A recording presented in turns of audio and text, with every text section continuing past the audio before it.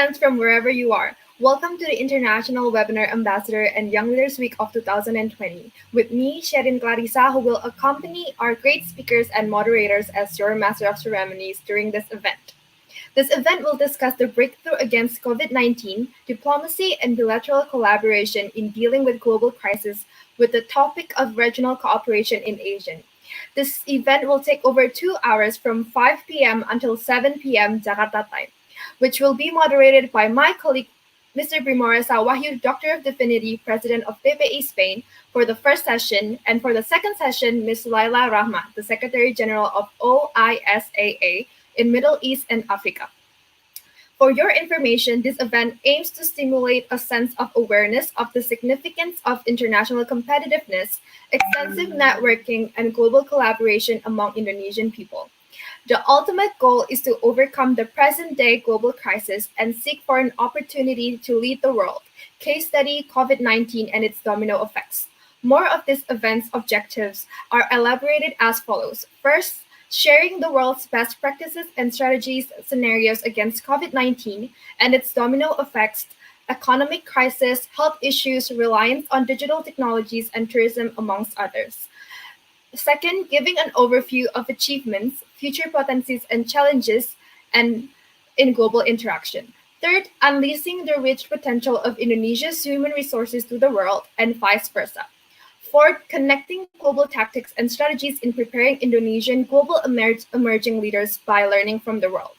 Fifth, promoting OISAA young leaders to the world. Sixth, supporting total movement Open the Nation for COVID-19. Last but not least, pioneering OISAA's first international event, Ambassador and Young Leaders Week, as a stepping stone to emerge as an international organization. Furthermore, present with us today are great speakers. Please allow me to introduce them.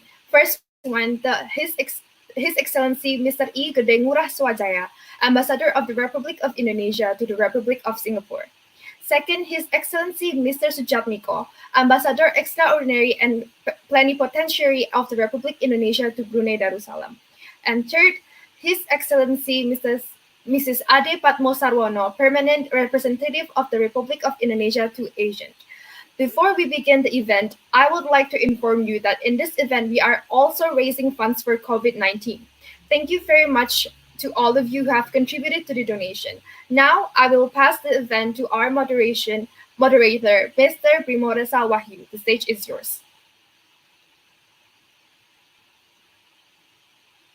Master of Ceremony, Sherin Clarissa, for having me here. So, dear everyone, I'm Brimoresa, and I will be the moderator for the first session. But before that, I will inform you what we are going to discuss about. So today we have 3 guest speakers. We'll talk about state situation and problem solving post COVID-19, especially in ASEAN countries. The first speakers of this session will be delivered by His Excellency Mr. Ngurah Swajaya as Ambassador of the Republic of Indonesia to Singapore with the topic of COVID-19 and new normal in Singapore. Without further ado, let us welcome our Excellency Mr. Ngurah Swajaya. The room is yours.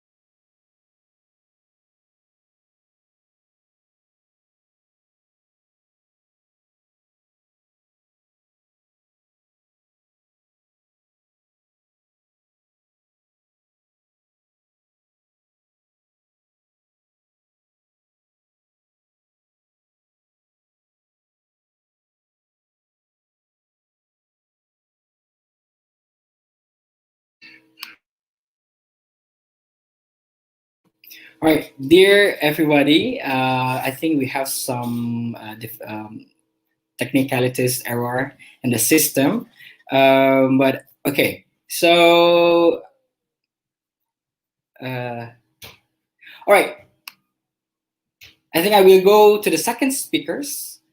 Sorry. So the second speaker of this session will be delivered by His Excellency Mr. Dr. Sudjatmiko as Ambassador of the Republic of Indonesia to Brunei Darussalam with the topic of Brunei Darussalam's response to COVID-19. So without further ado, let us welcome our Excellency Mr. Dr. Sudjatmiko. The room is yours. Thank you, everybody. Can you hear me, everybody? Okay, great. Good evening, good afternoon, good morning, maybe some other word, good night, because I suppose that everybody in the world is watching us. So let me first extend our thanks and appreciations for inviting me to join this webinar. And secondly, I would like to congratulate PPI, or Overseas Indonesian Student Associations, for organizing this great seminar, which is the topics which is very current now. My presentation will briefly as follows. First, I would like to explain the facts and figures. Second, the steps taken by the government of Brunei Darussalam in tackling this pandemic. Third, what is the impacts of this pandemic to Brunei Darussalam, especially on economic and social issues, including the impacts of this pandemic to our bilateral relations. And the fourth is I'm going to present very briefly what is the key success of Brunei Darussalam in containing this pandemic. And finally, I'm going to explain very briefly the mitigation efforts conducted by the Embassy of Indonesia in Brunei Darussalam. First, let me begin with the facts. Brunei Darussalam facing this issue more lately as compared to neighboring countries such as Singapore.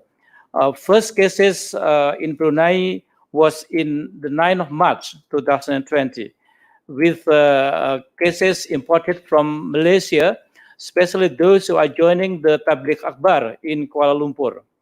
And then until at the moment, Brunei is one of the ASEAN countries where very small positive cases.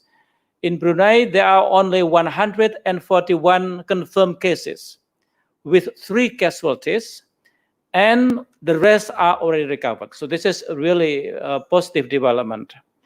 Of those cases, we have up to now more than 51 days, Brunei has been free from new positive cases. In my note, we have 15 imported cases from Indonesia.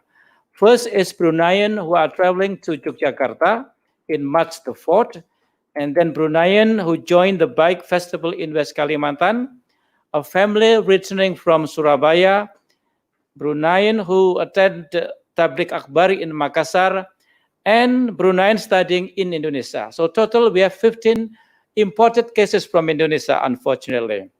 And we have also 5 Indonesian nationals who are positive COVID-19 in Brunei Darussalam, and Alhamdulillah, all already recovered. The facts that 141 cases confirmed in Brunei, 3 casualties, and all are recovered. This is really great news for all of us who are living in Brunei Darussalam. Second, I'm going to briefly explain what is the steps taken by the government of Brunei Darussalam. There are 3 major steps. First is the crisis management in multi-sectoral coordination. The second is surveillance, treatment, and laboratory testing. And the third is risk communications. First, Brunei Darussalam is lucky because this country have Infectious Disease Acts, which has become the umbrella legal background to to handle the cases. Second, Brunei have a very strict containment policies. And also this country introduced 10 million US dollar allocation for the outbreak and public health emergencies. Number 2, the government has conducted strict and enhanced surveillance mechanisms, mass testing program, They have learned a lot from neighboring countries such as Singapore. For example, testing foreign migrant workers. Also expansion of health facilities in Brunei Darussalam, and also deployment of many health facilities, for example, establishing isolation centers, introducing several digital applications. And also this government conducted aggressive awareness campaign in all media, including social media, dedicated hotline public figures inquiries, as well as self-screening mobile applications. This country introduces 3 applications, the so-called Bru Health, second premise scan, and the third is smart helmet. This application and this technology has helped Brunei in containing the virus spread. The next, I'm going to explain what is the impacts of this pandemic to Brunei Darussalam, especially on economic and business. As we are noted that the price of oil in the global has been dropped, and Brunei economy 99% rely on oil and gas. The drop of oil price in the world has impacted the income of Brunei Darussalam. And of course, this also further impact the growth of the GDP of this country, which is projected to growth until growth 1.3% this year as compared to the last year, 3.9%. On business, as also happened in other part of the world, especially on the travel industries, this country also heavily affected. But as a result, this country introduces 450 million Brunei dollar for stimulus package to help the economy of Brunei Darussalam. This government also conducted limitation on traveling. 2 weeks after the outbreak, Brunei Darussalam has imposed restrictions on international travels, and also both land transport. In our case, there is connection between Brunei Darussalam and Pontianak using bus. This services has been stopped since the second week of the first outbreak. Similarly, airlines companies also stopped operating until now, and perhaps until unconfirmed date. On social impacts, as the same with other countries, we have some impacts on social event, on wedding, grouping, the same as I said with other countries. Next, on the impacts of this pandemic to our bilateral relations, of course, every visit has been cancelled, meeting also cancelled, negotiation between two governments have been pending, and this is the same with other countries. Connectivity issues we have impacted because there is no flight from Brunei to Indonesia. We have direct flights to Jakarta, to Surabaya, and to Denpasar, and all are cancelled until perhaps August or September. We will see. On the economy, we will see the impacts of our bilateral trades. Of course, we are not hoping, but perhaps the trade of both countries might be decreasing. Then I'm going to explain to you what is the key success of Brunei in handling this pandemic. I see that the first is on the closure of the public facility is first. Only 2 weeks after we know the positive COVID, Brunei has closed a public facility, mosque, wedding facility, conference facility, all are closed. Brunei also have partial lockdown, as I said before, with the neighboring countries. Third, we see that the Bruneian people is having high discipline. If they said, please don't go to the mosque, they do not need to discuss for too long. They follow the rules. Also, very importantly, they have a very united position. All stakeholders in Brunei are very united in dealing with this issue. As I said before, this country also introduced a smart application. Another thing that I would like to explain is why this country is relatively small in terms of casualties and positive confirmed cases. First, this country, as we know, have a very centralized government. Therefore, all decision is made central. everybody is listening and implementing the rules and regulation adopted. Second, of course, we cannot compare with Indonesia. Brunei, in terms of size and population, is small. Population is less than 500,000 as compared to our population, which is more than 267 million people. In terms of size, of course, Brunei is small, therefore easy to manage, and also not very far between one province and the other province. And Brunei citizen is highly educated. As we can see from the Human Development Index in 2019, Brunei ranks 43 or 43rd as compared to Indonesia, which ranked 111. The other one is the implementation of smart application has been adopted by Bruneian people. Almost more than I think 90% of the whole population are using this application, and this really helped the spread of the pandemic.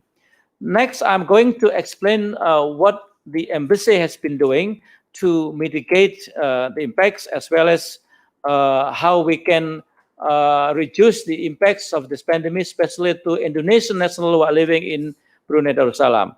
I need to explain to you that in Brunei, Indonesian nationals are the first largest Indonesian national living in Brunei. We have around 30,000 registered Indonesian.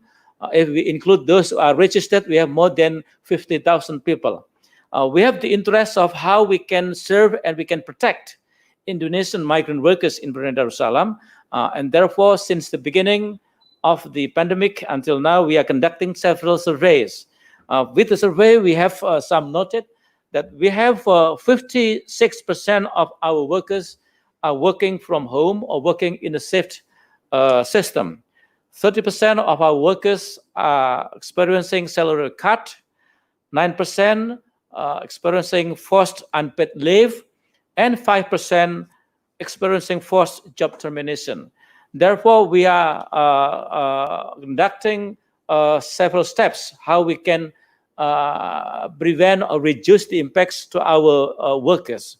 First, we are conducting information dissemination. We are very active in conducting dialogue with Indonesian citizens. During the month of Ramadan, for example, we are conducting Zoom meeting for more than 4 times, including with Indonesian Student Association in Brunei Darussalam. We are also conducting pengajian with our Indonesian society, as well as with the media in Indonesia and Brunei Darussalam. Second, we are conducting community monitoring very regularly with Indonesian citizens. Third, we are promoting consular assistance, especially those Indonesians who are in Brunei Darussalam for tourists and then stranded. We are helping how they can extend their visa, they can extend their permit and other needs. We are also distributing masks and hand sanitizer to Indonesian nationals who are impacted. We are also distributing food relief. At the moment, I think we have more than contributed more than 1,000 food packages to Indonesian nationals affected. And finally, we are organizing special flight to Indonesia because there are no flight. Those who are impacted, those who are stopped working, those who have half a salary cut, for example, we are conducting special flight for we call it self-repatriation. So far, 4 flights has been arranged, more than 600 passengers, and we are going to arrange more and more passengers to Indonesian cities. And finally, we are hoping that with the less or with no positive confirmed cases in 51 days, we are hoping that new normal in Brunei can be safe. We are going to continue following the health protocol imposed by Brunei. We are going to maintain that our citizens, our workers is well maintained and well protected. I will not touch anything about ASEAN collaborations because I believe Pak Ade Patmo, the third speaker, will be going to talk about the ASEAN collaborations. Thank you so much. Assalamualaikum warahmatullahi wabarakatuh. So much, Mr. Sudjatmiko, Mr. Ambassador, for the informations. So therefore, as from the presentation, we can learn about steps taken by the government of Brunei Darussalam towards this pandemic. First, about crisis management and multi-sectoral coordination. Second, surveillance, treatment, and laboratory testing. And the last one is risk communication. Moreover, by the Embassy of Indonesia or the government of Indonesia for Indonesian citizens in Brunei are first, information dissemination, second, community condition and monitoring, third, consular assistencia for mask and hand sanitizer distribution, the fifth, food relief packs distribution, and last but not the least, repatriation flights if they need to go back to Indonesia. Thank you so much, Mr. Ambassador Dr. Sudjatmiko. And the second speakers of this session will be delivered by His Excellency Mr. Ngurah Swajaya as Ambassador of the Republic of Indonesia to Singapore with the topic of COVID-19 and the new normal in Singapore. Without further ado, let us welcome our Excellency Mr. Ngurah Swajaya. The room is yours. Thank you very much. Good afternoon to you all. Now, can you hear me now? Okay, great. Thank you very much. Let me thank the PPI Dunia, Overseas Indonesian Student Associations, for organizing this initiative, as well as for inviting some of us to share with you on what are the latest situations in the issue of COVID pandemic. Before I start my presentation, let me just highlight three main points. First, this crisis is unprecedented. And because this crisis is unprecedented, then all countries all over the world are really affected very badly, because nobody are well prepared. But of course, some countries are better in terms of emergency response, but certainly there is no room for complacency. So I think this is what we need to understand. Number two, this pandemic is really followed by a crisis, which is an economic crisis. The IMF described the crisis as a crisis that, like never before. So all of the countries are predicted to be in the negative territory in terms of the economic growth. They will have a minus economic growth. And hopefully, there are some expectations that if we are handling the COVID-19 crisis good in terms of how we handle the situation, then there are some expectation that next year the economy is rebound. But of course, provided to the situation on how we are going to handle the crisis. The third point I would like to highlight here is about the geopolitical situation, which is not really very conducive for the international community to address this situation. We know that we do not have a very strong global leadership. We see multiple rivalries in terms of how countries are competing in addressing the situation, rather than they are united in addressing the situation.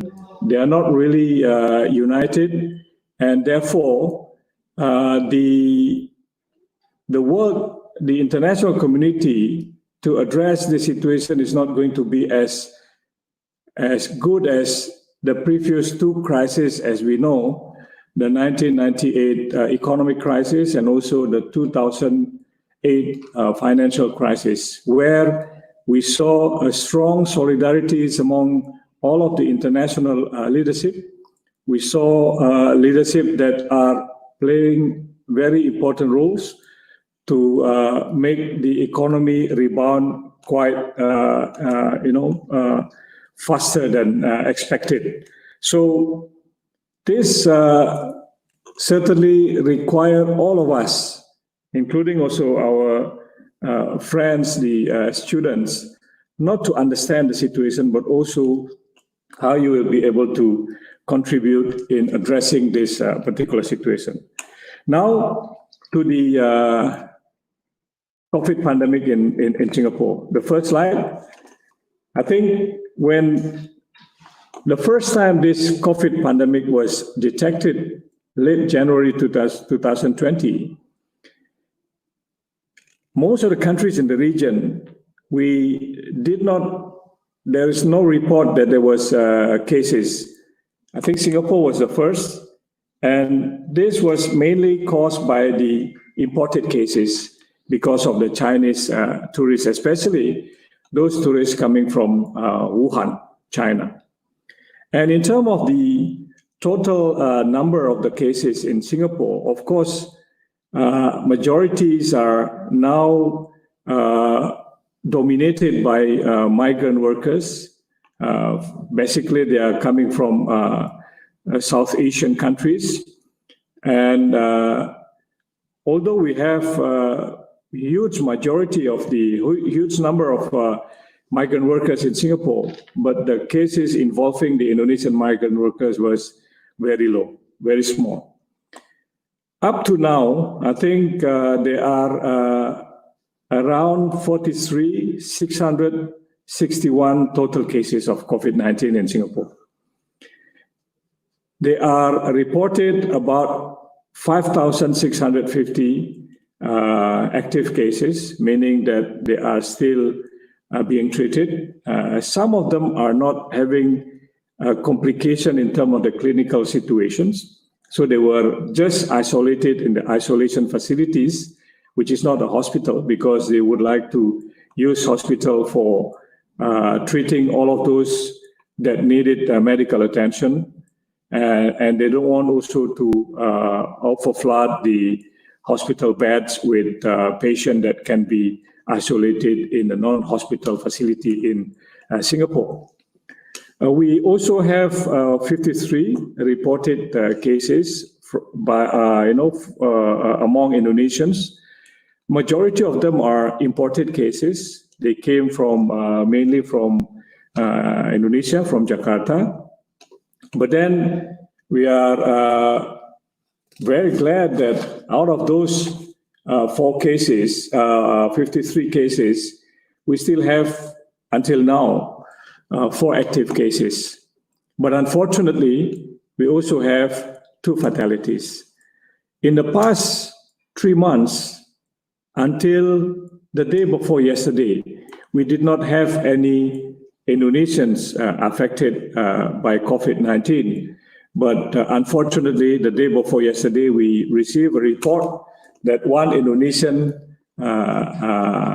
infected by COVID-19 because of the one who worked at the migrant workers facilities got also the virus, and then it is infected the Indonesian who are working in that household. So when we are talking about Singapore government reaction to the COVID-19 pandemic, the next slide, we will see that immediately the government established what they call as a multi-ministry task force, consisting of many different institutions and ministries. But then the co-chair of this task force is the Minister of Development Cooperation and also the Minister of Health. And there are also some other agencies which is not, which is not the ministries who are involved in this multi-ministry task force.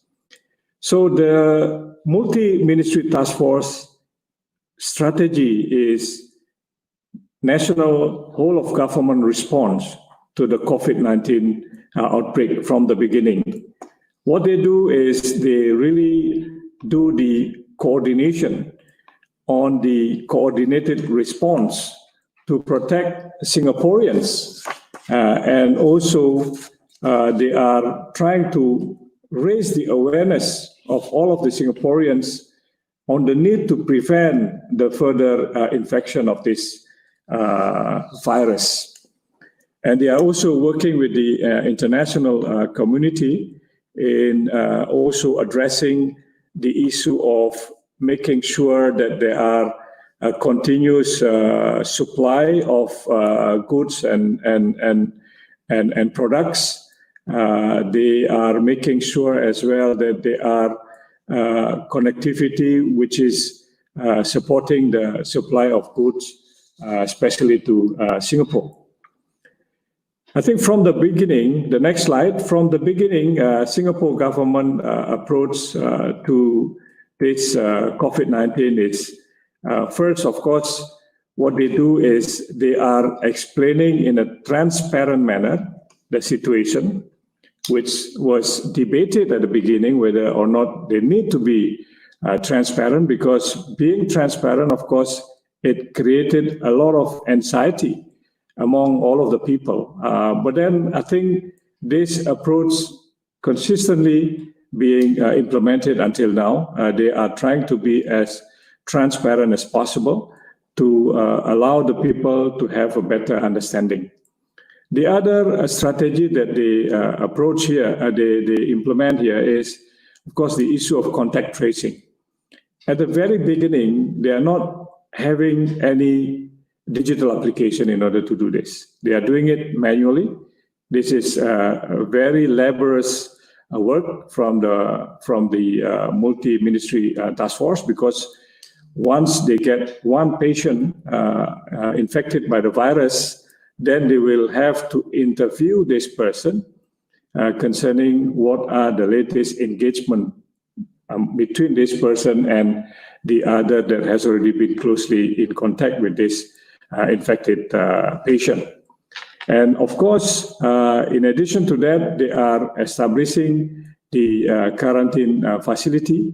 They quarantine all of those people returning from overseas, and they also quarantine all of those people that are considered as closely in contact with the COVID-19 patient.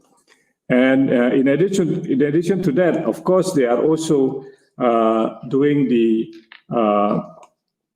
testing by implementing all of the research facilities they have here in order to improve the testing of the COVID-19.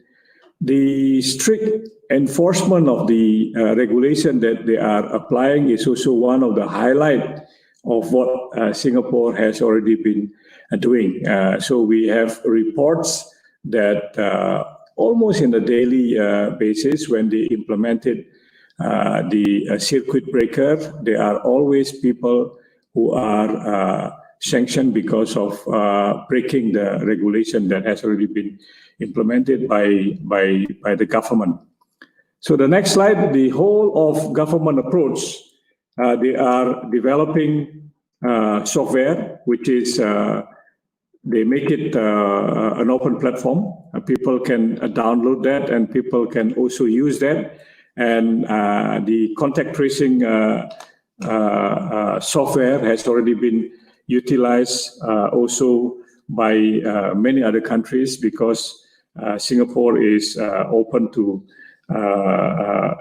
making this application to be used by other countries in order to really ensure that the contact tracing can be done very effectively.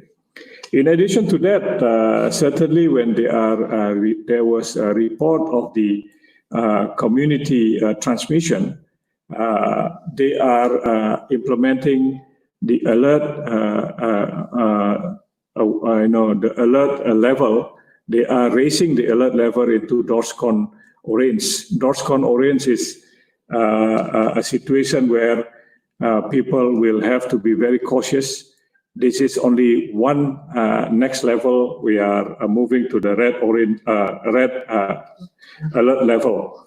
Until now, I think DORSCON Orange is still being implemented by the government, and they don't revoke yet this DORSCON orange. When regarding the to prevent the infection among the community in Singapore, the government implemented what they call as a circuit breaker. This is in fact, circuit breaker is, can we go to the next slide? Circuit breaker is like a semi-lockdown implemented in Singapore. It was started 7th of April. It was expected to be end only for 1 month, but then the government prolonged the circuit breaker. And in this circuit breaker, I think there are rules that need to be obeyed by all of the Singaporeans as well as those who live in Singapore. At the same time, when they are receiving the Singaporean returnees from overseas, they are implementing the quarantine that is an obligation for all returning Singaporeans to be quarantined for 40 days. And this is enforced very strongly by the authorities. So every violation of all of those requirements, there will be fines by the government, and the fines, the minimum fines will be around 300 Singapore dollars up to 1,000 Singapore dollars. So this circuit breaker is strictly enforced. It prevents people from visiting each other. People are only allowed to stay at home, work at home, and study at home. They can still do some physical activities, but it should only be in the neighborhood. And they are obliged to use masks whenever they go out. And hygiene is also one of the important requirements for them. Facility in order to do that is also widely available. The contact tracing has already been very progressive in trying to implement this circuit breaker. But of course, in the middle of this circuit breaker, then we saw a significant increase of the cases among the migrant workers in Singapore. The reason why migrant workers got a lot of infection here because of their housing facilities, their dormitory facilities, which is cramped facilities. One room can be occupied by more than 10 people. So then, of course, physical distancing is not applied here. And in order to respond to that situations, they are establishing facilities to treat all of those migrant workers, as well as those who are suspected to be closely in contact with the infected patient, to be isolated and also to be tested in order to know whether they are need to be in the designated isolation facilities. To do that, I think Singapore government has to establish a facility within a matter of only 1 or 2 weeks. So this certainly require a lot of collaboration with different sectors as well as stakeholders in Singapore. And Indonesia also happened to support this establishment of this facility by exporting more than 60,000 sets of beds that is used to house all of those migrant workers in the facility.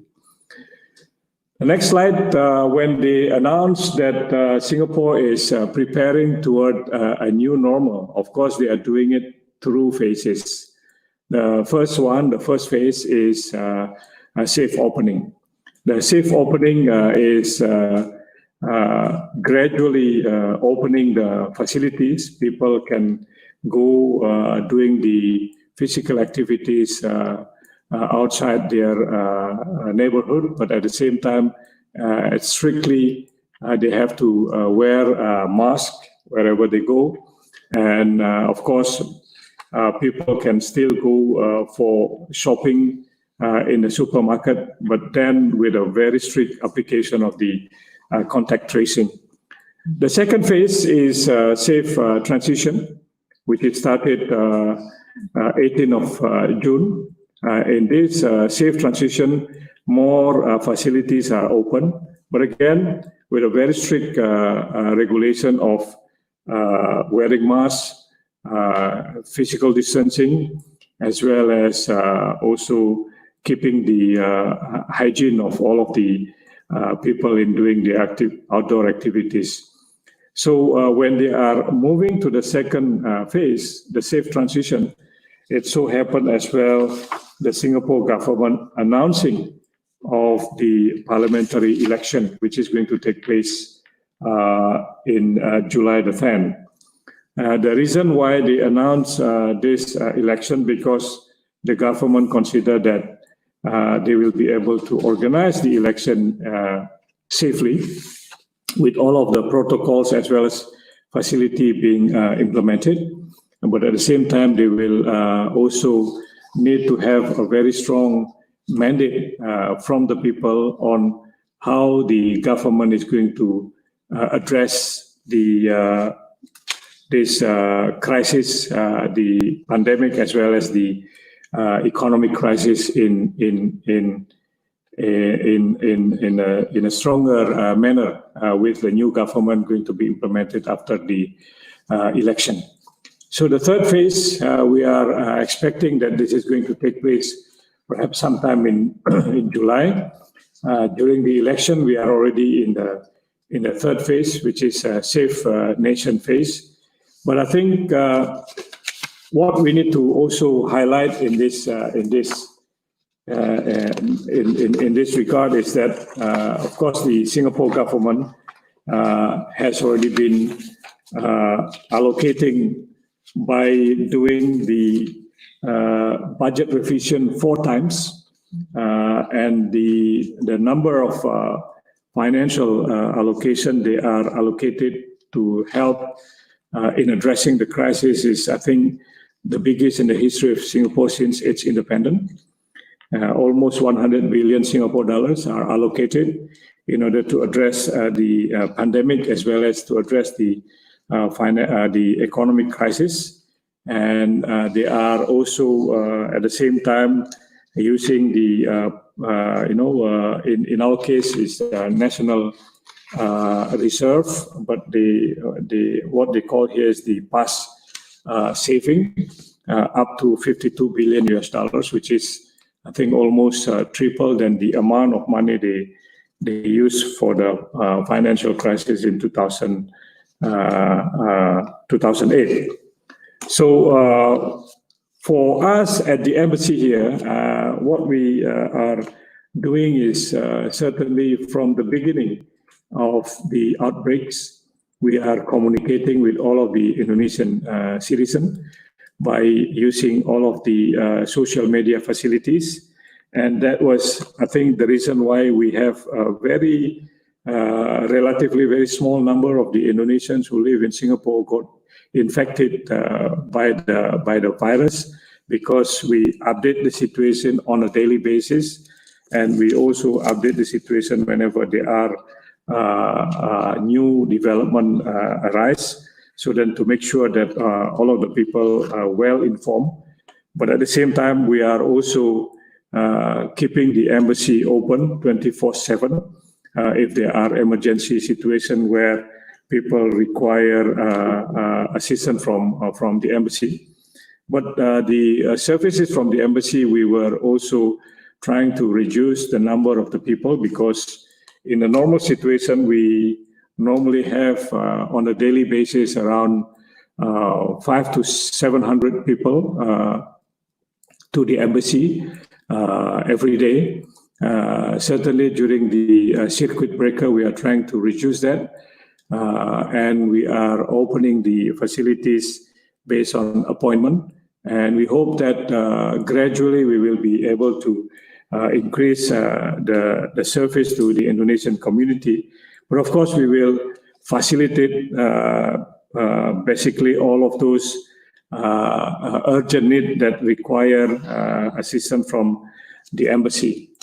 At the same time, also, we are not only issuing information through our social media, but also we are engaging our community through activities such as webinar and also online training, because we have around 120,000 migrant workers live in Singapore who are basically working in the household as the what we call as the migrant workers, female migrant workers working in Indonesia, in Singapore. We do the online training in terms of enhancing their capacity and knowledge based on their needs. So we organize training based on the need requested by our community here. But at the same time, also we are organizing so many different activities, including also during Hari Raya. We are organizing a virtual Halal Bihalal with our community. So then, despite the fact that we cannot meet, physically with all of our community here, but we still are engaging in communications. We are also distributing assistance to the Indonesian community here by distributing masks, and we are now currently distributing a reusable mask to, we hope that we can reach all of the Indonesian community live here in Singapore. But at the same time, we are facilitating the assistance by the government of Singapore to Indonesia central government as well as to the provinces. There are so many donations also extended by a number of institutions, especially here the Temasek foundations, to some of the provinces that has already been badly affected because they don't have enough facility. But so far, I think we see significant progress in Indonesia, despite the cases are still relatively high. But we see progress, and we hope that we are getting better in handling the situation. The way we look at the situation in Indonesia, we should also not only focusing on a certain big cities, but we also have to look at the situation in other provinces. Some of the provinces, they don't even have new cases. I think this is a good development, but in some big cities, we are still have a higher number of cases. Finally, let me close my presentation by sharing the information that certainly after we address the situation, now there are a discussion concerning how to reopen the borders. Negotiations are taking place now. The reopening of the borders are done through bilateral as well as regional arrangement. Ambassador Ade Patmo perhaps will elaborate further on what ASEAN is going to do concerning the travel bubbles or green zone. But at the bilateral level, there are discussion ongoing. Certainly, we need to start facilitating the movement of people, but still with a very high precaution, because the safety of the people is still should be the highest priority. But at the same time, we need also to ensure that we will be able to facilitate for a better response in terms of the economic recovery at the national level. So I would like to stop this presentation. Once again, thank you very much for all of the support that has already been extended by the Indonesian students here in Singapore. But also thank you very much for having me to participate in this discussion. Thank you. Thank you so much, His Excellency, Mr. Ngurah Swajaya, for the information regarding post-COVID-19 in Singapore. So from the presentation, we can learn the approach of Singapore government towards COVID-19. First is rigorous contacting Second, quarantining suspect cases. Third, fast adjusting strategy. Fourth, strict law enforcement. And fifth, transparent mass communication. Moreover, by the Embassy of Indonesia for Indonesian citizens in Singapore, our first, closely monitor Indonesians positive COVID-19 in Singapore. Second, giving out masks or reusable and surgical masks. Third, facilitate cooperation between Indonesia and Singapore in battle against COVID-19. Fourth, giving out updated information related to COVID-19. And last but not least, held various virtual training and program for Indonesian citizens in Singapore. Next agenda, it will be guided my colleague, the second moderator, Laila Rahma. So Laila, the room is yours now.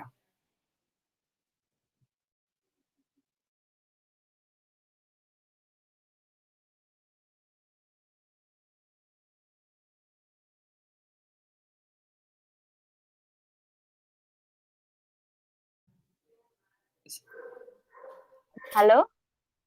Thank you. Thank you so much, my partner, Tessa, for giving me the time. My name is Laila Rahman. I supposed to moderate our second session today with His Excellency Mr. Ade Padmo Sarwono, the permanent representative of Indonesia to ASEAN. But unfortunately, His Excellency can't join us right now because he's just finished the meeting with ASEAN Aussie Foreign Minister, accompanying our Minister of Foreign Affairs. But don't be very sad. Inshallah, His Excellency will keep up with us soon and join us. Therefore, while waiting our third session, our third speaker, we will go straight to the third session, the session that we've been waiting for, which is the discussion session. But before entering the third question, I would like to remind everyone that everyone who has questions are very welcome. So I encourage everyone who has questions, just put your question. Please write down your question in the comment section below, and the best question will be chosen and will be answered, and the question will be answered by the speaker. So without any further ado, let's we move to the straight. We move to the first question. The first question is, I'm wondering, how have the pandemic impacted the ASEAN bilateral relationship? Please address the impact from multiple perspectives, specifically in economic and tourism. You also may address other angles you can think of.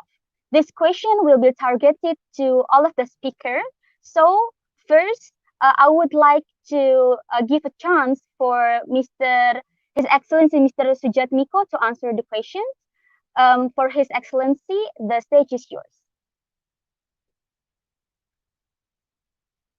Thank you, Leila, for the excellent questions. Of course, if we are talking the impacts of the pandemic within ASEAN countries, especially on economic cooperations, I think the data shows that the impacts is so great, especially on many issues, on tourism industries, which is, I think all ASEAN member countries are rely on tourism, for example, as one of the source of foreign earning. So I think with the cancellation of flights in many ASEAN countries, of course, the tourism industry suffer very much on this issue.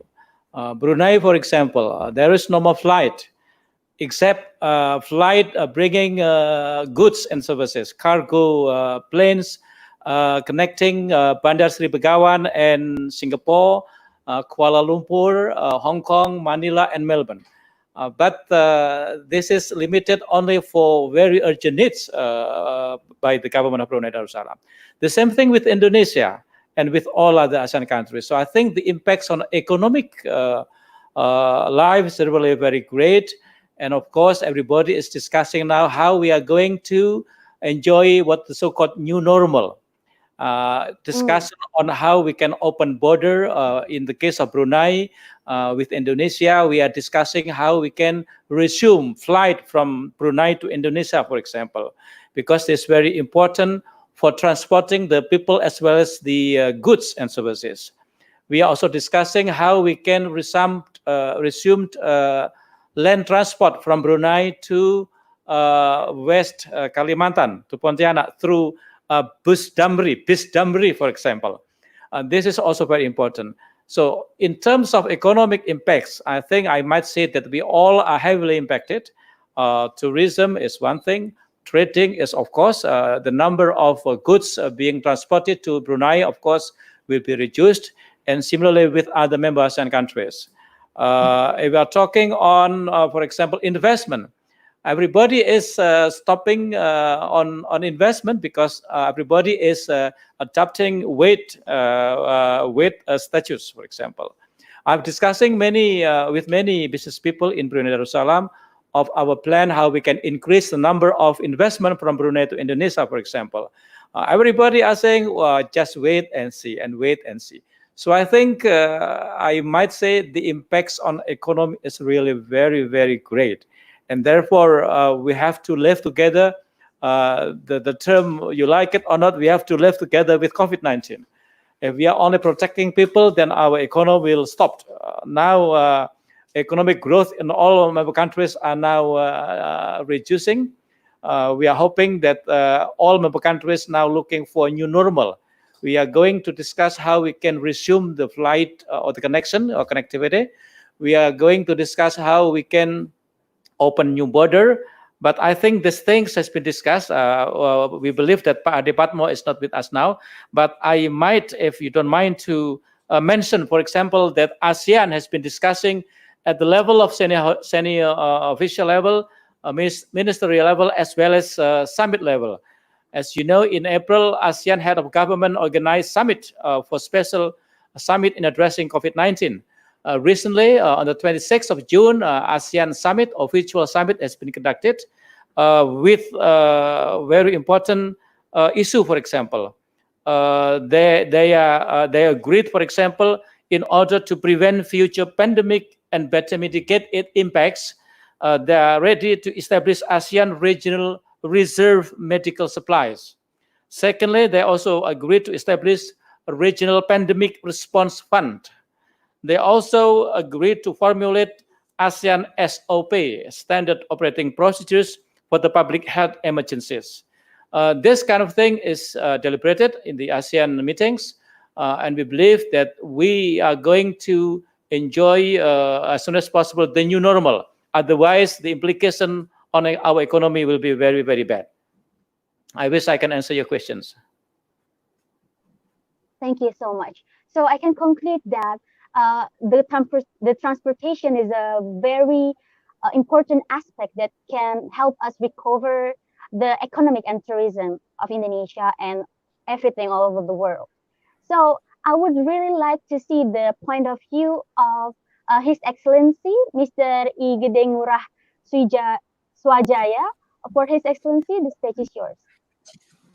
Thank you. I think I have one question about the comparison on how Indonesia and Singapore has already been addressing this pandemic. Of course, I think we cannot compare the strategy in Indonesia as well as in Singapore, because we are talking about the size of the population, which is much bigger than Indonesia, and also the geographical setting, which is certainly different. But what the similarities between the two countries is, of course, we are implementing strategy of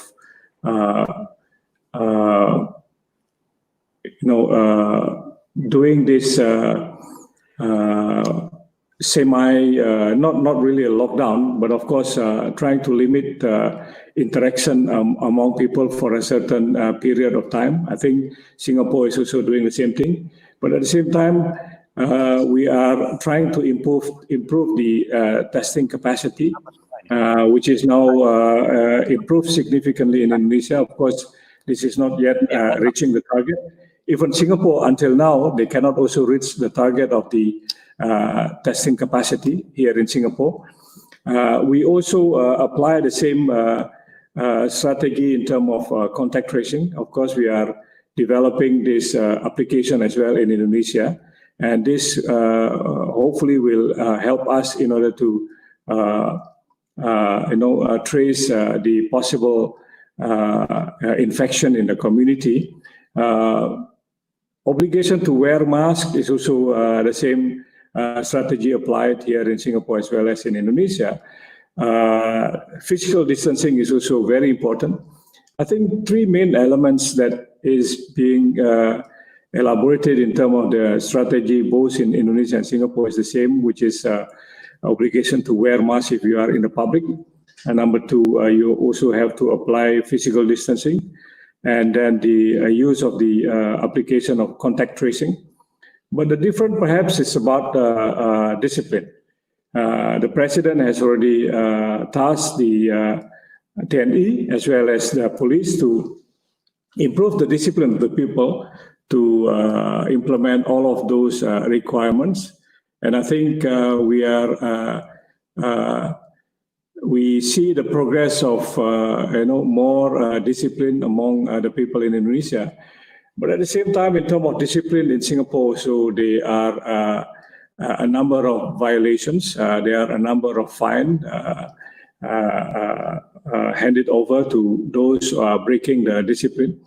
But then in Indonesia, we don't have that sanction, a very harsh sanction, as if you want to call it harsh. But then, of course, this sanction is required here in Singapore. Otherwise, then they will not be able to really contain the spread of the virus.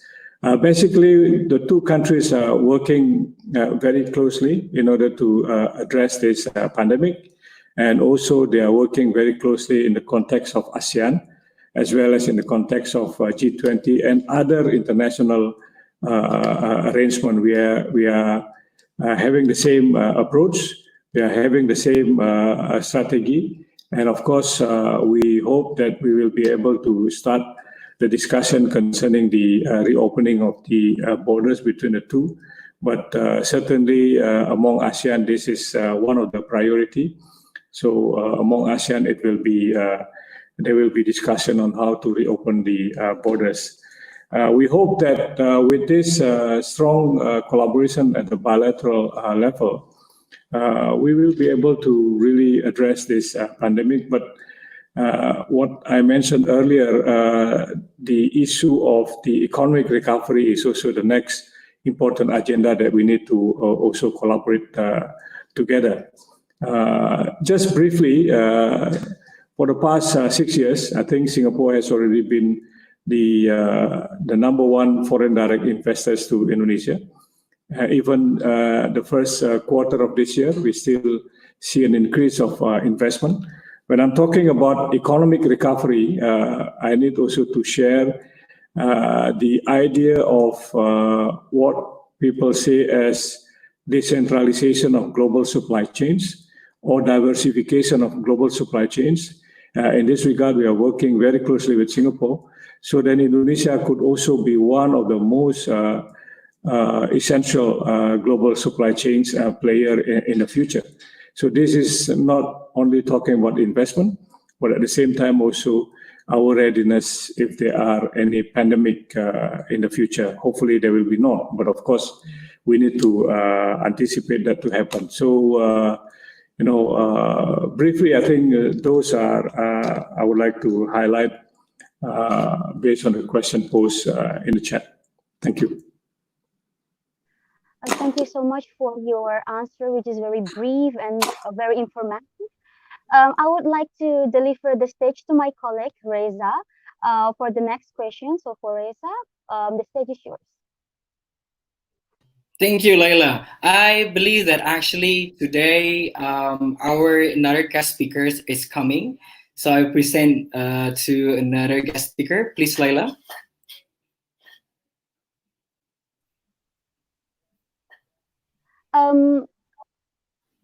Our speaker is coming. Yes, so, our speakers are. Yes, exactly. So therefore, I would like to invite His Excellency, Mr. Ade Padmo Sarwono, the permanent representative of Indonesia to ASEAN. You welcome to this webinar. So in the previous question, we've already asked one question, and I would really like to know your opinion about how have the pandemic impacted the ASEAN bilateral relationship. Please address the impact from multiple perspectives, specifically in economic and tourism. You may also address other angles you can think of. Oh, okay. Thank you. Thank you very much, moderator. Good afternoon, good evening, good morning, all. And I do apologize for my late coming because traffic, even relaxation, but traffic is quite heavy in Jakarta. Nothing much I have to say because I think Ambassador Ngurah Swajaya and Ambassador Dr. Sudjatmiko already mentioned many things on the issue, especially on bilateral relation in ASEAN and how impact in our effort to address the COVID-19. But I just want to add one point on this regard is that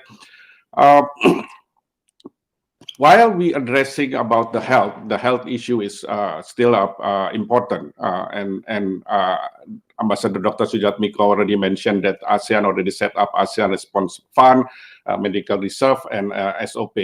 The other thing, and probably add to Ambassador Ngurah Swajaya mentioned about how to in helping economic recovery. The last week summit, Indonesia proposed the travel corridor for essential business, especially to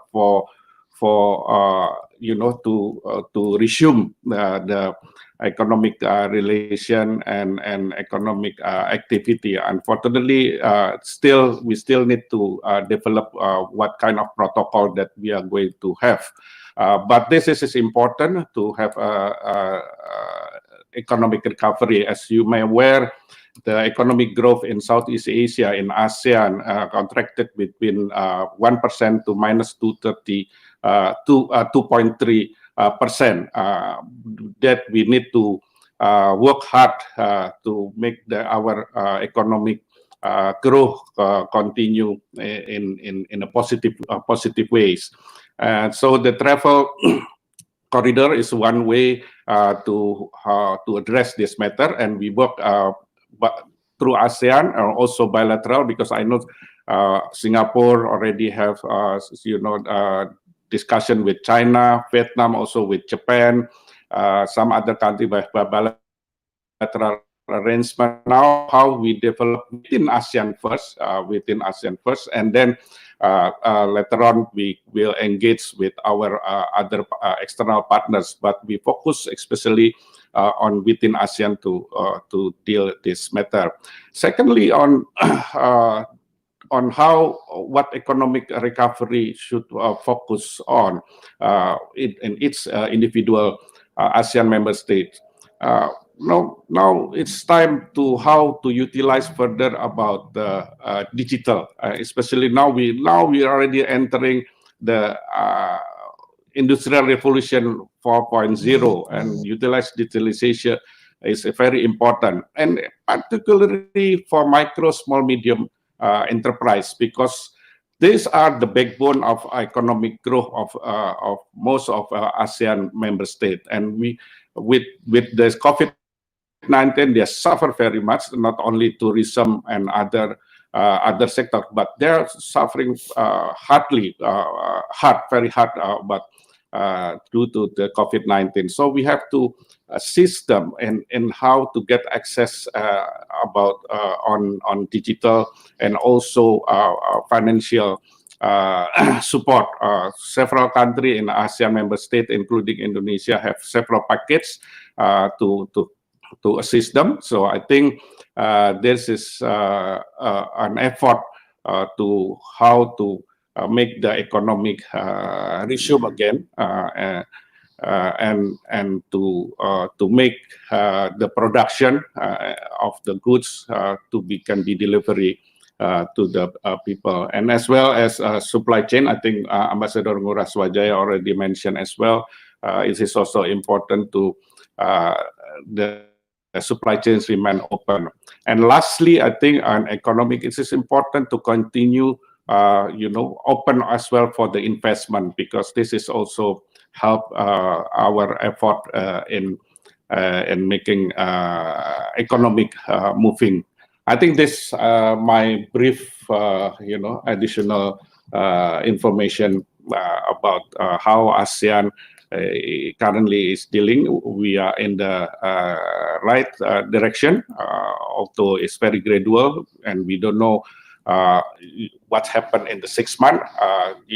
As you know, tomorrow is the 6 months we facing the COVID-19, and we still have many challenges, and we're not sure what happened in another 6 months, whether it's in the situation improving or the same or getting worse.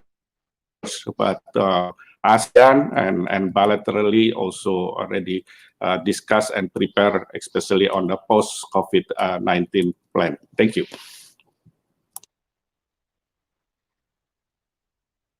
Okay, thank you very much for your answer.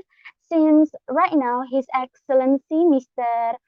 Ade Padmo Sarwono has already come and joined us, we're really eager to know, and we're really eager and pleased to hear your presentation that you've already prepared before. So your this time will be for you, and the stage is yours. Thank you. I think much of my presentation is, I have already mentioned during to answer some of the question, and I don't want to repeat what had discussed or already been presented by my senior. I just want to say that beside that, we also ASEAN work with and cooperate with our partners. As I just returned from ASEAN Australia Foreign Minister special meeting on COVID-19. We have meetings. The Foreign Minister already met with China, with US, with Russia, and now with today just finished with Australia. Just to share that this is a demonstrate that our partners have a solidarity and commitment to support ASEAN in the effort, not only dealing with mitigate with the COVID-19, but how dealing in the post COVID-19 plan, because ASEAN and the whole wider region is the engine of economic growth, global economic growth. So it's very important that ASEAN and also the wider region continue in the right track, especially in the post COVID-19 plan, because it will impact globally.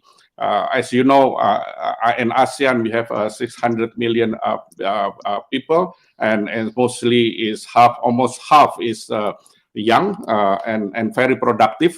So it's very beneficial in supporting each of ASEAN economic, and also of course in the region. And that's what I just want to say on the what's the presentation that I'm preparing, because some of been already mentioned. Is any further question or inquiry or clarification, I'm more than happy to answer. Thank you.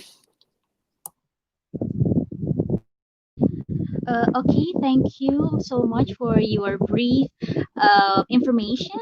So we can conclude that the partners has solidarity to work and cooperate with ASEAN to deal with COVID-19, and we are in the right track.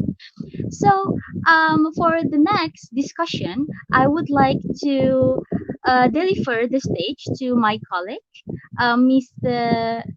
Reza, to deliver the next question for Mr. Reza. The stage is yours. Thank you so much, Laila, for the stage that now is being on. It's not like that, though, guys. Anyway, for all ambassadors, thank you so much for your presentation. However, we have another question. The next question will be, which sector amongst the previously mentioned do you believe needs to undergo recovery first to help Indonesia to improve its current relationship with ASEAN countries? I believe that Mr. Ambassador from Asian countries would like to answer the question at first. Or Mr. Ade or Mr. Ngurah or Mr. Sudjatmiko will answer the first, please. Ngurah, are you going to answer first? No. Okay. So far, No, I'm not really very clear with the question. What do you mean by which sectors? Is it are you talking about a particular sectors here, or what specifically you refer to sectors here? I think it's more likely, sir, about how, because about this COVID-19 is happening here in all over the world, and maybe the relationship within Indonesia itself and those ASEAN countries, maybe something maybe wrong or something. So I think that one are the sectors that maybe need to be improved after the COVID-19. Okay, so let me just address this question, as I mentioned earlier, that this is unprecedented. Then when we see this unprecedented, but also at the same time, this is cross-border, spreading across the whole countries. No countries have an exception. So immediately what we need to do, emergency response, which is how we will be able to, how we were preparing ourselves in addressing the outbreak at the beginning. At the beginning, there were no clear informations, no enough information concerning what this COVID-19 is all about. And in order to have that information, certainly international cooperations in terms of exchange of information, in terms of collaborating among the Ministry of Health, and also the coordination undertaken by the WHO, World Health Organization, is very critical. And that was the reason why then we understand the strain of the virus. We understand how this virus is infecting others. And this, information is very crucial for all of the countries to undertake emergency response. At the same time, when we know what we are facing, we also should understand on how we will be able to contain this spread of virus. In this regard, I think most of the countries at the beginning, of course, they are worried about the imported case, because most of the case spreading in many countries are because they are imported from other countries.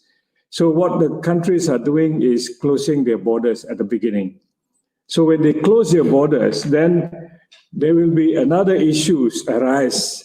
For instance, like what Indonesia is doing in the past, starting from early March, when countries are closing borders. So there were an urgent need for us to continue having discussion with so many countries, including also with international organizations, on how to address the situation. But at the same time, we were facilitating the repatriation of Indonesians from overseas. We are, the first priority we did at that time was to make sure in all of the Indonesian embassies, as well as consulate general and consulate, that there are no Indonesians stranded in many countries, because when they are stranded, when the countries are imposing lockdown situations, then this will create humanitarian urgencies for us to address. Thankfully, in terms of the traveler who are short-term travelers, we were able to facilitate the expedient return on all of those Indonesians from many countries. Secondly, we are also facilitating the repatriation of Indonesians working abroad. One example that I would like to share the audience here is that in terms of the Indonesian migrant workers, Indonesian who are working at the cruise ship all over the world, in America and European regions alone, there are more than 200 cruise ships where around 18,000 Indonesians are working. Because the cruise ship is not operational, then we need to repatriate all of those Indonesians back to Indonesia. And this is not easy because we are talking about a country in a lockdown situation. All flights has already been canceled. So this really take a special effort from all of us in Indonesia as well as at the Indonesian mission overseas, at the Indonesian embassies overseas, to undertake a very close coordination. Then finally, until now, I think around 90% of all of the Indonesian workers who are working in the cruise ship has already been repatriated. And at the same time, this is not only about repatriation of Indonesians, but at the same time, we need to also limit the possibility of infection, imported cases. And based on the statistic, I think we have less than, I think not more than 1% of all of those repatriated brought the virus to Indonesia. This is very important because this will improve the confidence of the Indonesians that they are not too worried about the Indonesian returning from overseas. In addition to the crew of the cruise ship, we are talking about hundreds of thousands of Indonesians that need to be also assisted in terms of the repatriation. Not only repatriation, but some of them are, like Ambassador Sudjatmiko mentioned earlier, they are also distributing foods in many countries. They are distributing, medical urgencies to all of the Indonesian situation, and I think this is one of the priority of the Indonesian diplomacy is to take care of the people. But at the same time, we are also communicating with the students because June and July is where the month where many Indonesians are returning, also Indonesian students returning because of the completion of their study overseas. The last point that I would like also to mention here is we, in the past, since March, around 3 or 4 months, we were able to facilitate or to help in developing more than 115 initiatives in terms of addressing the shortage of the medical supplies. And we are not only talking about government-to-government cooperation here, but at the same time, we are also talking about involvement of the private sectors, both in Indonesia as well as in overseas. So we were able to address the need of the PPE, for example, and now we are even having a surplus of the production. Some of them are also exported now, allowed to be exported. But at the same time, we are also trying to help all of the companies producing the PPE to get a certification. So they are WHO approved.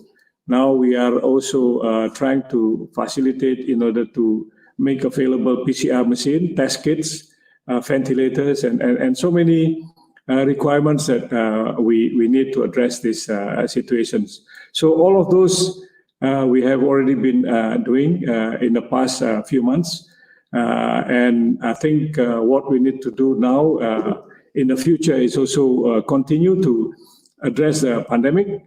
But at the same time, also, we are starting to talk about how to help the national economic recovery.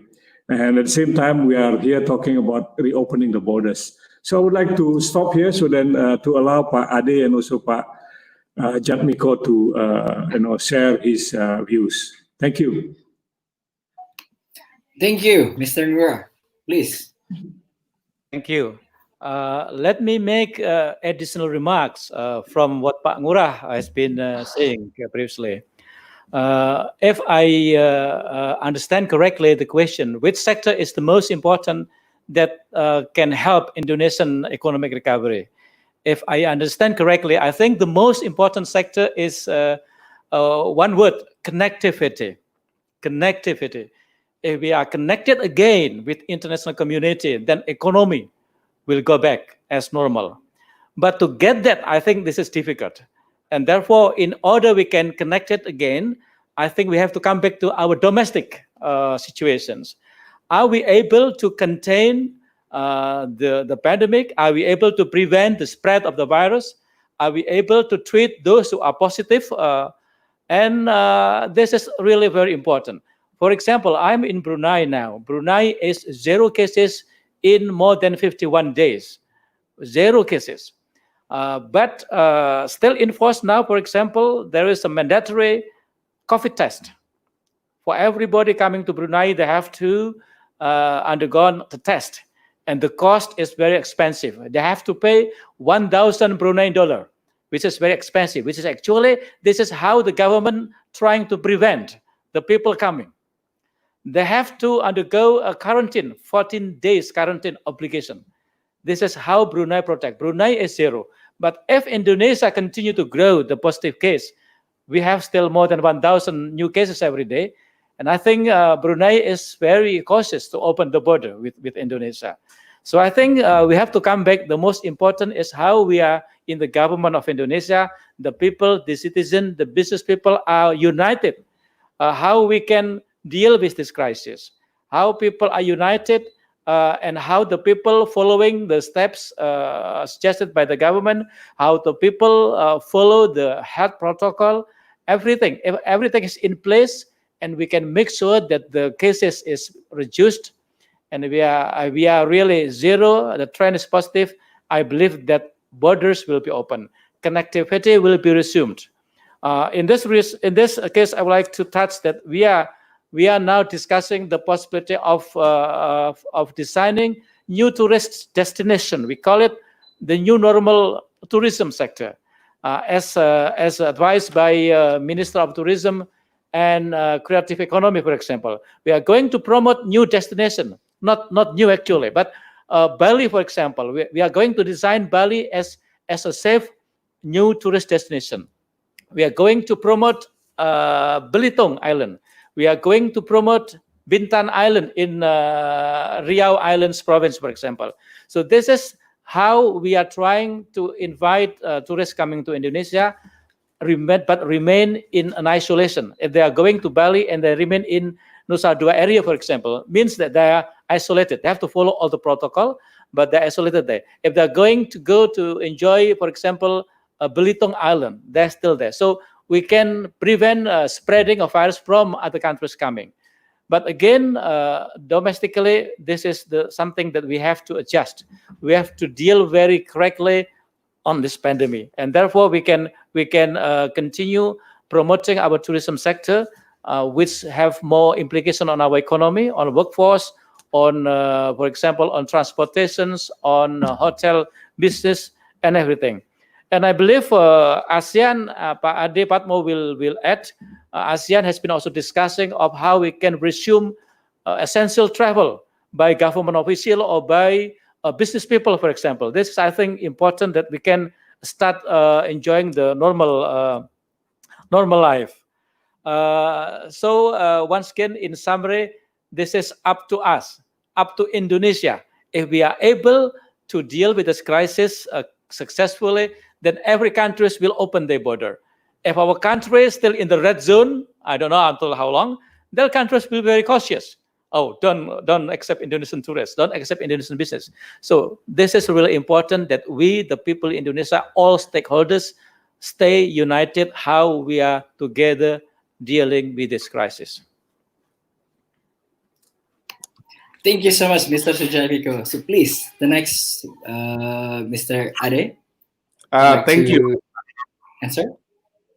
Thank you. I share a view that has been presented by Ambassador Ngurah and Ambassador Sudjatmiko. First, about, of course, the connectivity is very important if we want to for economic recovery, not only for individual ASEAN member state, but as well as in the whole region. And particularly in this regard is how we maintain that, as I mentioned earlier, that supply chain and open market for investment can be maintained, because this is a very crucial if we want to do economic recovery. Of course, there are so many homework, especially for Indonesia, as Ambassador Sudjatmiko already mentioned, and Ambassador Ngurah Swajaya already mentioned about how we address about the health issue. This is very important to give confidence to all, not only ASEAN member state, but also our partners outside the region, that we, Indonesia and ASEAN, is capable in dealing and managing the situation, especially mitigating the COVID-19. As regard to sector, many have been mentioned, tourism, and Ambassador Ngurah also mentioned about health industry. I think it's very pertinent as well to help our effort to boost again the economic growth in the country, also in the region.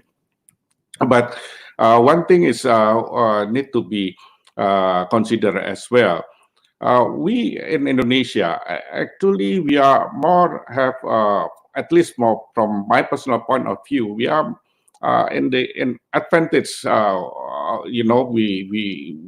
We have a lot of space now, land. I mean, that how we utilize further, because if the situation continue, the challenge that we are facing is about, for the rest of some of ASEAN member states, and probably also affect Indonesia as well, is about the food security, because people are able to provide the basic needs. We a little bit fortunate, and then how this is a focus on our focus on, for example, agriculture. Just give an example. But now, how to utilize, how we improve our agriculture. As I mentioned earlier, we have in the Industrial Revolution 4.0, and how we utilize this IT technology to help this sector, and this will give confidence to others that there's a need, to continue maintain the supply chain, especially on essential goods. Essential goods is medical, food, and other important production. I think this is very important. And again, digital is also, again, is very important. How digital can be utilized by all, not only a few people, but also, especially as I said earlier, for micro, medium, small enterprise, so they can revive their economic and productivity. I mean, the productivity, and so it contribute to our effort to recovery. And lastly, as well, that recently during ASEAN Economic Minister meeting virtually, and they already agree on the Hanyo plan of action on the economic recovery. Two points that I think good to be considered. And first, I actually already mentioned by Ambassador Sudjatmiko, how there was integrated synergy work between government and the private sector, because they're who actually doing the business, and government is providing the economic package in a conducive environment, so for the business to move. So I think this important how to synergize and create a platform for the government and the business sector to work together in dealing this issue. Second, also in this probably a little bit related to our effort in maintaining economic growth. There is already discussion, in terms of trade later in the future. We use our local currency, in trading with its other in ASEAN. This also good things, I think. But the challenge for us, for Indonesia, unfortunately, when you are talking about currency, of course you're talking about bank. But unfortunately, in Indonesia, still many people don't have any access to the bank, especially the micro. Small business, micro, like street hawkers. So they really don't have access to the bank. Last year, I attended a workshop, and one speaker, I forgot who, even they're afraid to go to the bank. This is a challenge, because when we want to improve our economy, the access of finance is important, but how to get the access, you have to have open a bank account, and now we are being encouraged to cashless. Everything is by card or using apps, but our many of our industry, small micro industry, they don't have the access. This is a challenge that we are facing. Once they have the access, and then they can resume their productivity, and then in return, the production, the goods can be export. So this about talking about supply chain connectivity. So there will be overall create a situation when to improve and recover, improve our effort in economic recovery. I think this is my view on this. The question that being asked. Hopefully, this answer the question that been posed. Thank you. Thank you so much, all ambassadors, for the answers. It's actually indeed answered the question itself. So, but if I might say about this one is that first thing, what we need to do is that Indonesia, the whole citizens needs to unite, work together to get rid of this pandemic. And then because of that, the curve will go down and all countries can open their borders for Indonesia, especially in ASEAN countries. And by opening the borders, we actually can improve our economy, or recover our economy, and also through connectivity, also like tourism can be improved with the new normal. And digitalization also needs to be used these days to improve the new normal itself. So the next question will be delivered by Laila, my colleague. Please, Laila. Yeah, thank you, Reza, for the time. For this next question, I would like to specifically address this question for His Excellency, Mr. Ade. His Excellency, we are all know that different countries have different ways in responding to the pandemic. Some, like Vietnam, has succeeded in ending the pandemic, while others, like Indonesia, are still experiencing an increase in the number of positive cases each day. To what extent and in what ways can ASEAN member states assist and adopt one another's strategy to successfully end this battle against the pandemic once and for all within the region?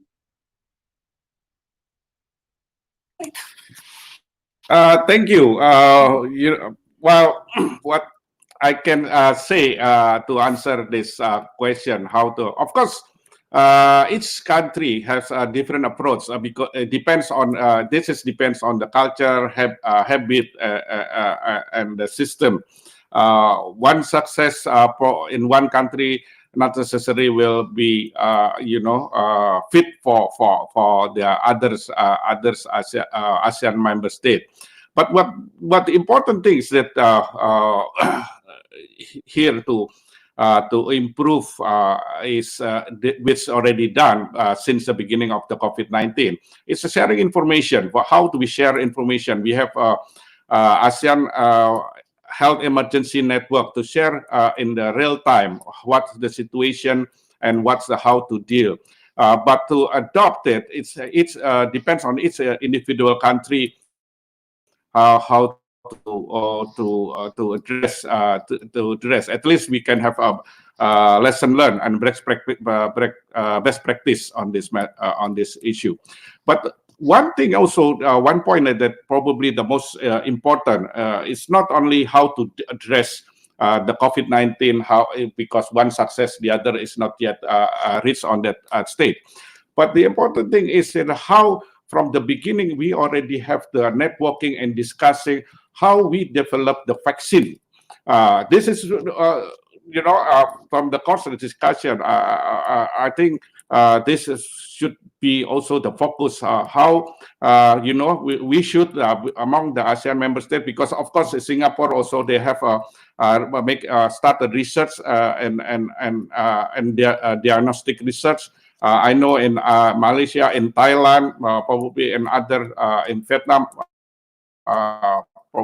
Vietnam also, or I don't know, Brunei, to be honest. Ambassador Sudjatmiko will be explained well. But I know in Singapore, Thailand, and in Vietnam, I think they already start to have research. This is important to share when we working together develop the vaccine, because as you know, at least from my my limited knowledge about the virus. In different region, there is a different.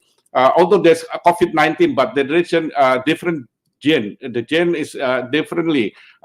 We're not sure whether the vaccine developed in Europe or in US or in other parts in the world is also suitable to our region. To be honest, I'm not sure because and I don't know this. But I like just to underline the importance to work together on how to develop the vaccine and antiviral medicine. This is important. Not necessarily, one country is good in dealing and the other is still in the progress. But how we start, and we actually have to already gradually start on this. And we also work with our partners and develop also networking, laboratorium exchange on microbiological and also zoonism to find out how to develop a vaccine and antiviral medicine, because we always underline, and most ASEAN underline the importance that when the vaccine develop, it should be accessible, should be affordable, and should be equitable. So this is three things that is important, not on how to currently dealing with address reducing the COVID-19, but also how we need to work together in developing a vaccine and antiviral medicine. Thank you.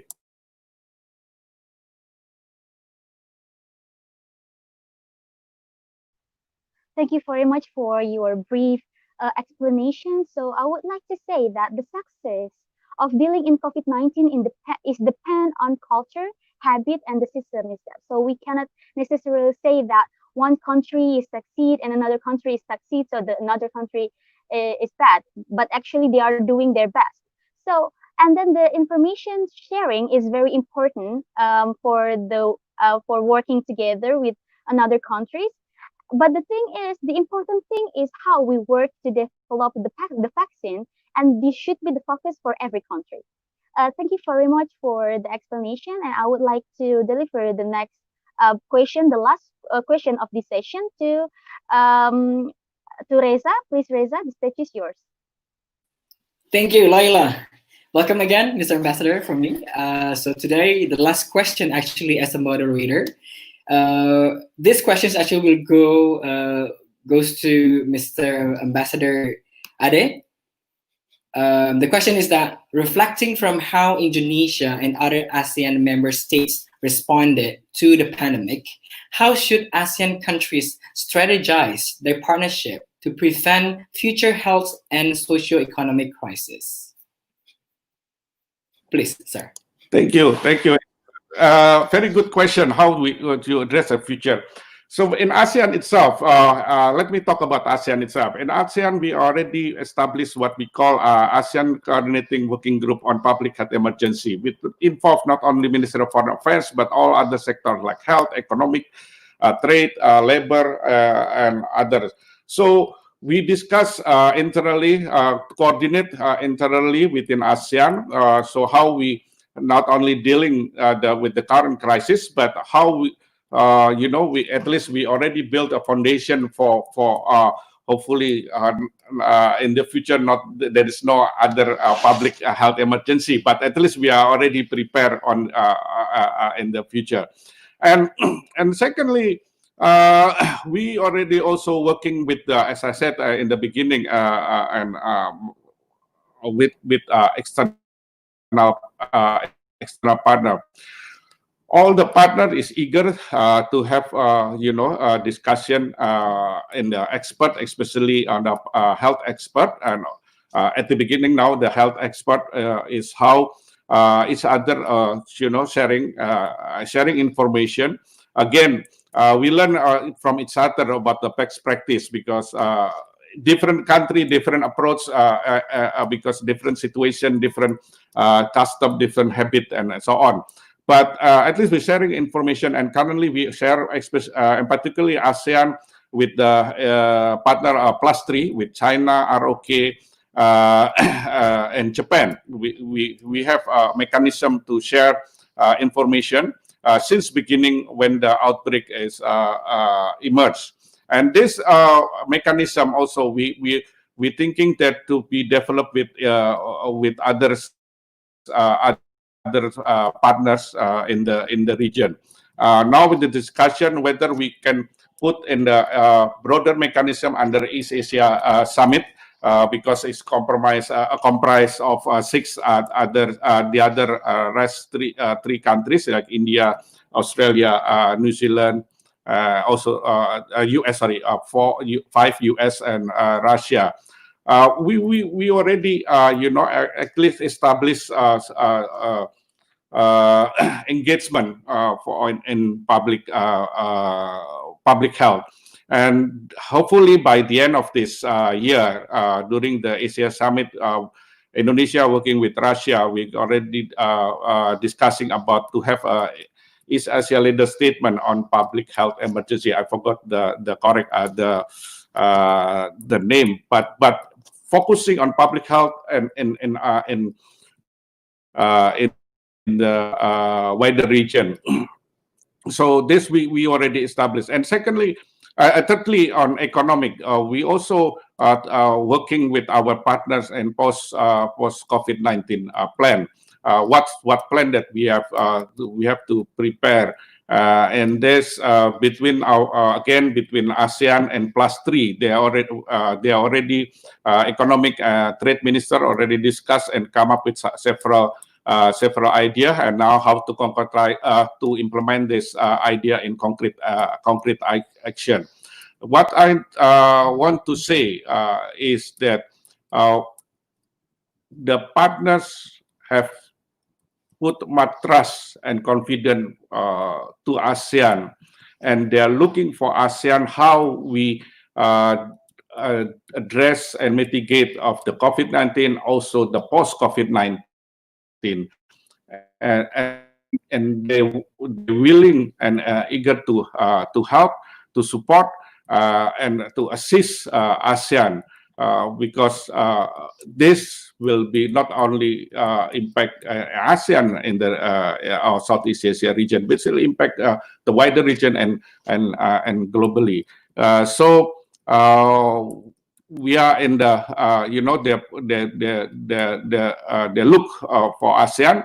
There's now actually the homework for ASEAN, how to strengthen and reinforce our work internally, and then we will share with our partners there, because as I said, they're eager to see what ASEAN action, what ASEAN program, and they would like to working together in public health, emergency, and economic, and other issue. Thank you.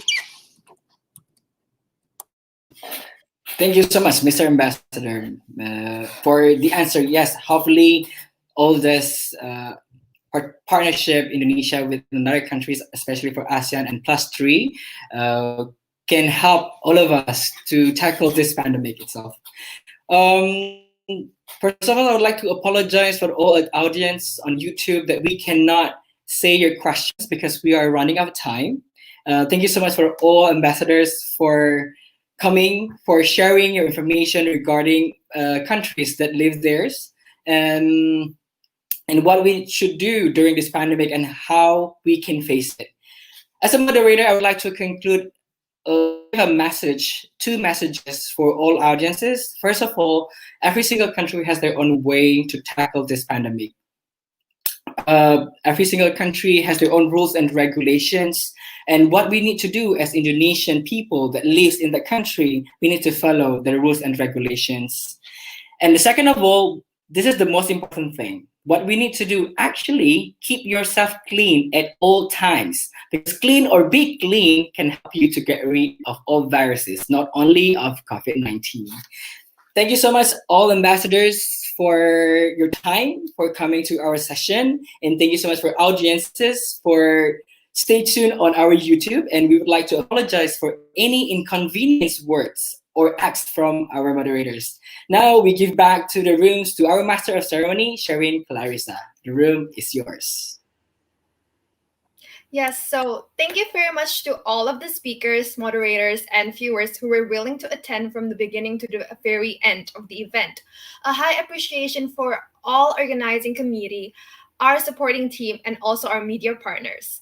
Before I close the event, I would like to inform everyone one last time that we are also raising funds for COVID-19, especially for our medical team who are at the forefront in fighting COVID-19.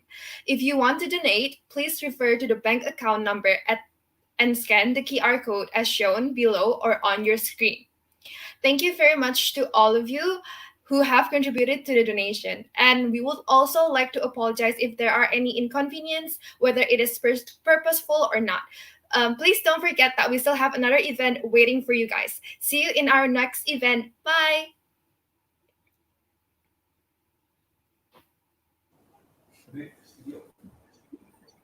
Yeah.